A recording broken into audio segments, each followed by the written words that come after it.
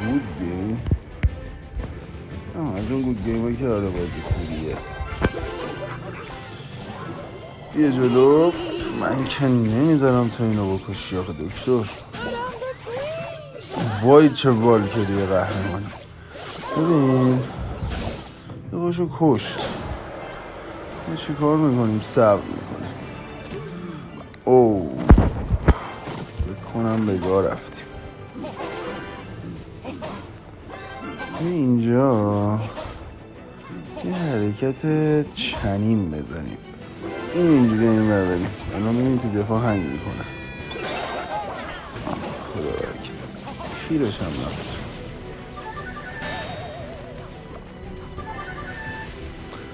بسیش. خب ترکیبش چیزه دیگه. کوین سایکله. فقط چیزی که برام عجیبه یه ذره کارتو رو یه جوری آورده. نه الان وقت حمله، ولی آخه من نمیخوام اول فضلمو بندازم. اول فضل رو باید نگه دارم واسه خوبچه‌هاش. این دوباره بازی میکنم تا من کونه تر بندازه. بعد اینم بندازم یه تیم کمان بکنیم. خدا برکت.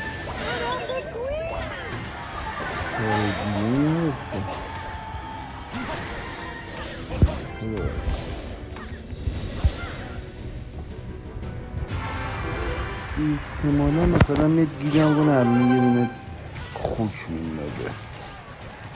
نمیندازه. بلده کارش. درسشو بلده. خب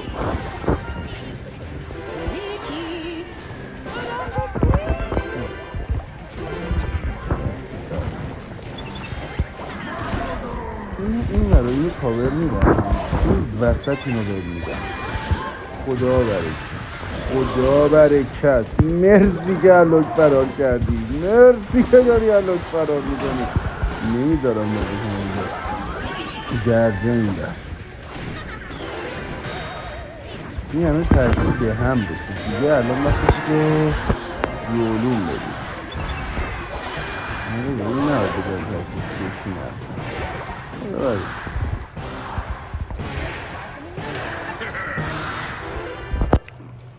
این هم